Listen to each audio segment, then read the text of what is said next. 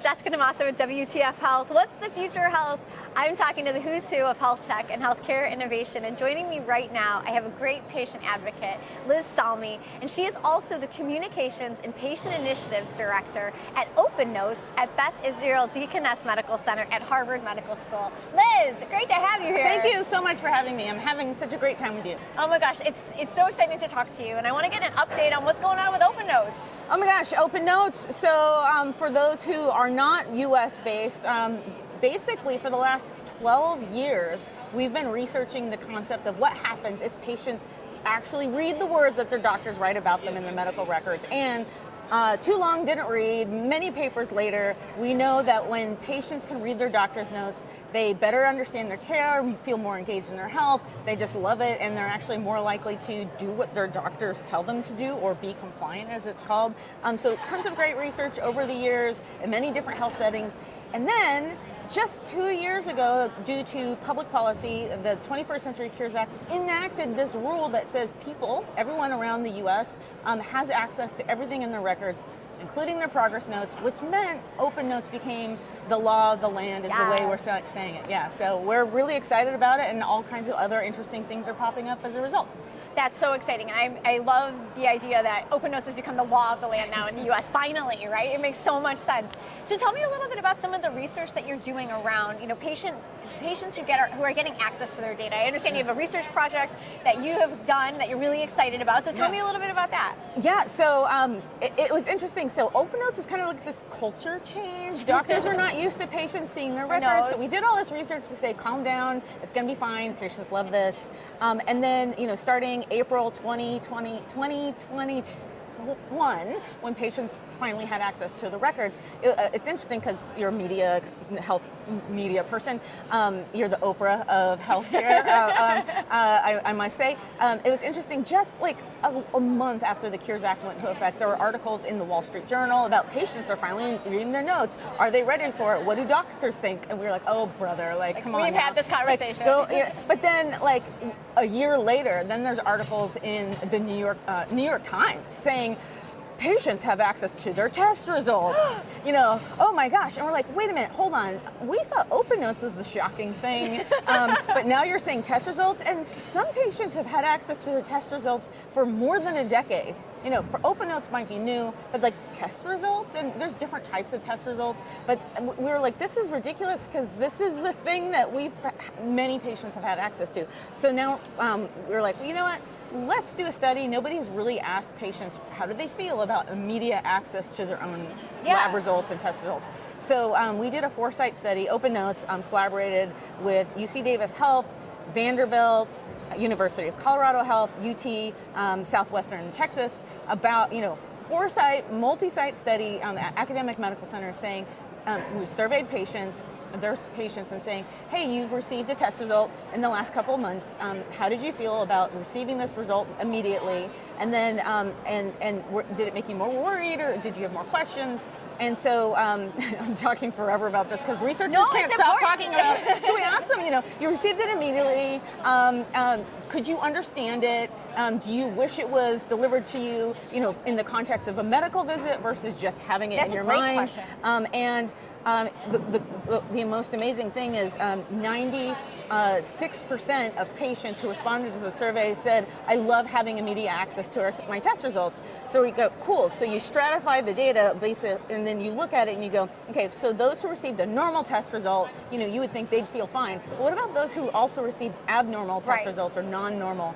And so we then looked at that data set as well and say, okay, so you received abnormal test results, you found out about it via your patient portal. How do you feel about it? Are you more worried? And it was 96% of even those who received abnormal test results said they preferred to get it through the patient portal. So we're like, okay, people want access to their information, whether it's a progress note or a test result, the people have spoken. I love that, and I love the setup on that, and I'm waiting for the payoff, and it was totally worth it, Liz. Thank you. Yay! No, seriously, because I think I love how you guys stratified the data there to zoom in on those that got an abnormal test result, because I feel like that's always where the conversation, for those who want to keep the status quo, that's always the trump card that gets thrown down, is that, oh, you don't want anybody to get an abnormal test result. How are they going to feel about it? But your research showed that people are still happy that they're getting that information. So I'm a patient advocate. I'm a newbie researcher, working on the OpenNotes team. And so like I have a bias about, importance, transparency is important to me.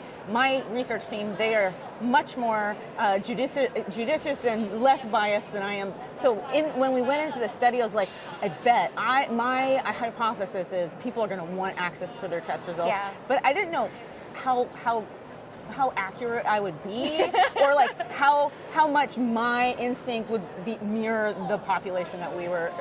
So ultimately, when we got the results, I was like, yes, I kind of wanted to say I was right, and which is like horrible for a researcher, but everybody else is like, well, this is really interesting. And we had like an emergency department doc on the team who's very conservative, and he's like, wow, I'm very surprised about this, and I don't. This is uncomfortable, but okay. So now we're at the next thing that happens is people read this paper, and some folks are like, wow, that's good to know, and then other folks are like, I still don't believe it. And that's the thing, is like there's going to be the haters out there who are like, I don't believe it. So we're like, in research, it's like people don't believe you, or the haters out there, then it kind of makes you want to keep going. More research. Like, well, now, because everybody said, well, it's going to be different in a cancer population. If we kind of did like everybody at these academic medical centers who answered the survey, so, they're like, well, what about those, who are older, who aren't necessarily reading their patient portals, and by the way, our patient had a lot of older adults who were responding, but it's like, our next thing is we really want to do a study specific on cancer test results. And we do imagine things will be slightly different in that area, of course, and that's an important road to go down and answer those questions. Absolutely. Yeah. And I think that's interesting that you're going to be involved in this, given your own background as somebody who is a cancer survivor. Yeah. And I think that hopefully your hypothesis there will be correct again, and you'll have further vindication.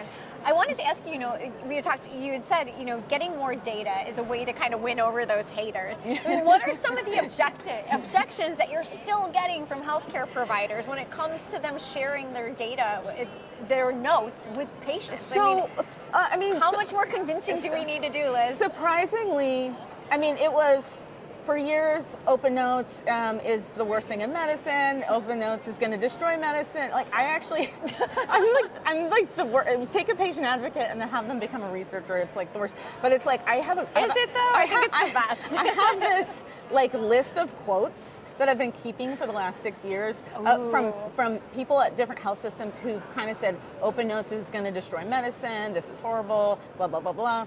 Patients shouldn't have access to this information. I won't share who and said what, but here it is, it's the law of the land. And so I actually forgot the question you asked me. How do you overcome some of these objections? What do we need to do? So it's like you've got a list of them. Yeah. Like, how do you overcome? The thing is, it's a law, so there's nothing you can do. And it's like I said, right when the Cures Act came into place and everybody had access to their information, and immediately kind of media response and the clinicians who hadn't had any experience sharing their notes, who were saying this is going to be the worst thing for medicine, over time. And I've seen this in Twitter debates. They're like, actually, sharing notes is better.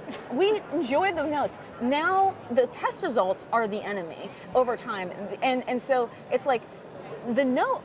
So the test result is often kind of shared without context, and the patient gets it, and it's like, you have a new result from my chart, and you're like, okay, and you can't, as a human, it's really hard to not click a button and to view the result. Right? I'm like, I want to see the thing. test results. Like, I've tried so hard. It's so hard. So I understand that. But from a progress note perspective, that happens after a visit and a discussion with the doctor, and it's the doctor's words, and it's a billing document. It's used for communication between multiple healthcare professionals to transfer your care elsewhere. That is the doctor's words. And so it's their words. And so they shouldn't have any issue with it. So at this point, we've seen, and this should be a whole other study, but the idea of the anxiety around test results is going up, whereas the anxiety around OpenNotes has gone down. And now we're hearing people are like, I love OpenNotes. This is the greatest thing. Oh my gosh, okay. This is so interesting. So what do you have your eye on now?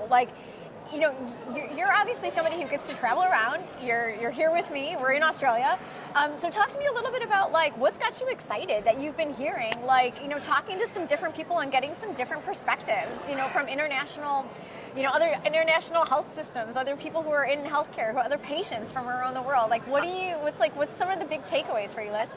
So what makes me excited, I kind of have interest in this world of patient-powered co-design research in partnership with clinicians and researchers, patient-centered outcomes, like that space. Of course, everything in like the cancer space is interesting to me. Of course, as a person living with malignant brain tumor or brain cancer, that's like a niche diagnosis type that I'm really interested in. Anything related to health transparency, those are my areas of interest. But recently I've been at a health informatics meeting, from an international health informatics meeting, where it's talking about how we use data, and I realized like most of the clinicians and researchers who come to these types of meetings don't involve patients in the co-design of any of their stuff, and so it's like bringing together patient and care partner voices with clinician researcher voices to help co-design what is the important research questions that need to be asked. Yes. That's where I'm really excited about, and it's starting to happen in some spaces, in other spaces not so much, and I feel like the next 10 years from now, that is going to be the norm, but I'm in early stages of this, and it requires some advocacy from my part, as a person who has a foot in both worlds, to kind of share the story, to not just convince clinicians and researchers, like, let's co-design together, and there's methods for this. You might not know it exists, but it exists in places, so kind of share the story. And then I also have to bring it back to patients and care partners, lay folks who don't want to become these patient researchers, but their voices need to be heard. Yeah. So they're like, hey, can I do something? Like, how are you doing what you're doing? And so not to be a mentor, but to show them, here's how if you want to do more, this is a path to do it. So I'm kind of